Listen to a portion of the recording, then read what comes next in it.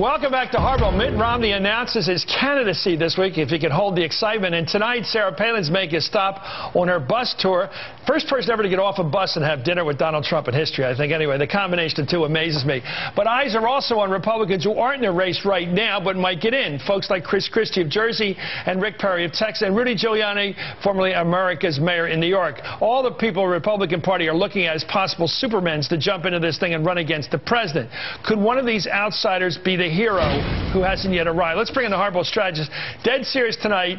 I know you have attitude, but try to look at this intellectually. Christie, I want you, the Republican guy, to talk about this race. Here he is talking to the Des Moines Register. It was an Iowa radio talk show with a host named Jan Mickelson. He told the Des Moines Register this morning, this about the New Jersey governor, quote, "There is not the happy warrior feeling out here. There is fear and trembling out here. The reason Christie has such appeal," this is the radio guy talking, "is that Iowa Republicans are hungry for an alpha politician who will go out and make battle. They want a warrior candidate." Yeah, that's right. There is a lot of anger out there, and Christie pretty effectively channels that. The one thing I've heard in my career in politics, I've heard people say that they weren't going to run for president and sort of dismissive, keep the door open, half say it about 1 billion different times. Christie, I actually believe, because what he said is, I'm not, at least this is what he was saying 6 months ago, I'm not ready to be president. And that's awfully hard to walk back. Okay, let me ask you this, Steve, because it seems to me that what we're really hearing from the right out there, especially for this radio talk show guy, Mickelson, they're desperate when they look at Romney. This is really all about Romney. You look at him and nobody believes what he says.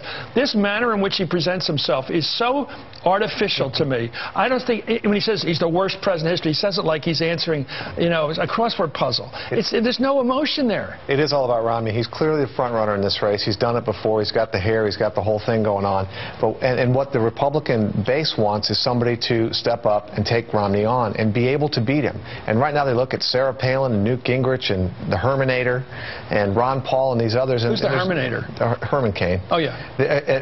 Who's beating a lot of these people. I know he's up. And they don't see anybody who can step up and beat Mitt Romney, and they're desperately afraid that Mitt Romney's going to be the nominee. Now, the truth of the matter is, Mitt Romney may be the strongest nominee the Republicans can produce, because the very things that make him weak in a primary make him stronger in a general election, and that's why Let's take a look at Rick Perry. Here he is on Friday getting asked about running for president. Rick Perry, I don't take this guy seriously as a person, but let's listen. What about when the session's over, Governor? Are you going to think about it? Yes, sir. About running for president? I'm going to think about it. But I think about a lot of things. Previously, you said that you wouldn't run. Why have you changed your mind? I didn't say I was running, did I? No. Okay. You ruled it out previously and said that you wouldn't do it. I'm going to think about it. I always dislike this guy because I don't like people talking about the Civil War as some kind of joke. 600,000 people were killed in that war because of secession. He loves to talk about it. Let's listen. Texas is a unique place. When we came in the Union in 1845, one of the issues was that we would be able to leave if we decided to do that. My hope is that America, and Washington in particular, pays attention. We got a great union. There's absolutely no reason to dissolve it. But if Washington continues to thumb their nose at the American people, who knows what may come out of that. What is he talking about, seceding from the United States, if he doesn't like the way things are going in Washington? What is he talking about? I have no idea what he's talking about, but I will. Well, you can defend him. Go ahead.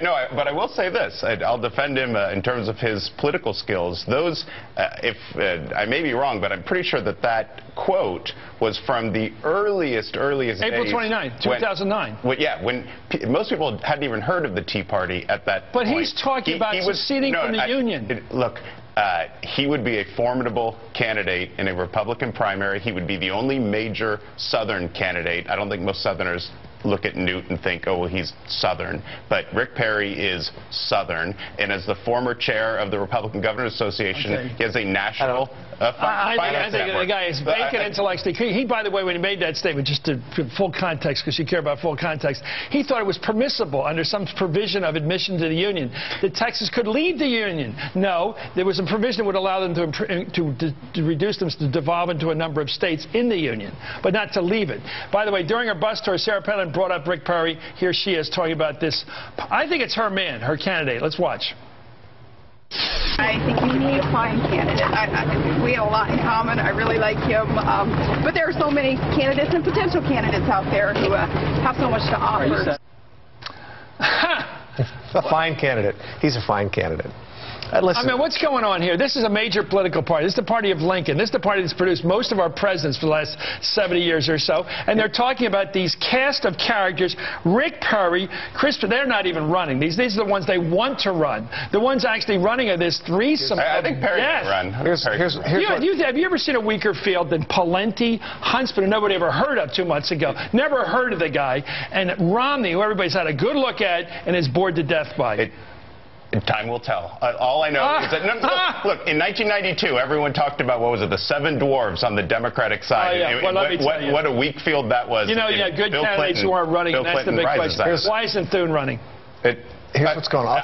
Look, Thune, everyone, as soon as people take themselves out of the running, hold on, all of a sudden everyone's like, oh, they were the dream candidate. You know, I'm a big fan of John Thune, but he was also a big supporter of earmarks, and if he were running, he'd be out having to defend that right now. And everyone would say, oh, well, don't we have anyone better than Thune? Rudy Giuliani. Now, I admit, I make mistakes. I thought Rudy, because I went to school with a lot of guys like Rudy in high school and grade school. I liked Rudy Giuliani. I think he was great on crime in New York. I think he did a good job of keeping our calm during 9/11.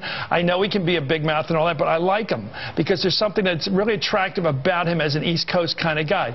Look at this right now. He is leading the national poll, the latest CNN poll for president on the Republican side. He, Rudy Giuliani, is beating Romney, Palin, Ron Paul, Herman Cain, who you mentioned, and Newt Gingrich.